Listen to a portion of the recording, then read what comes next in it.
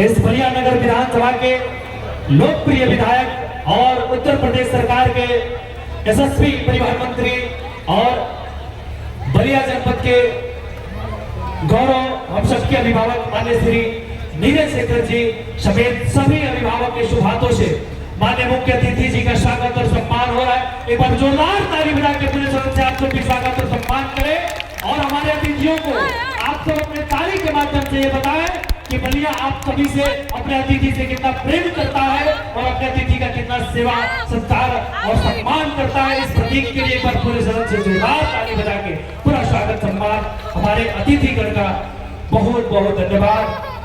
माननीय प्रद्युम्न तिवारी बबलू चाचा जी पूर्व ब्लॉक प्रमुख और भारतीय जनता पार्टी के वरिष्ठ नेता और माननीय मंत्री जी का भी बहुत बहुत धन्यवाद आभार। शशांक शेखर तिवारी भैया का भी बहुत बहुत धन्यवाद।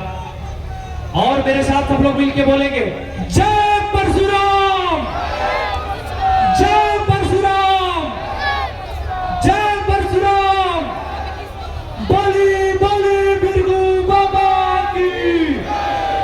ओम नमः पार्वती पते हर हर महादेव शंभू।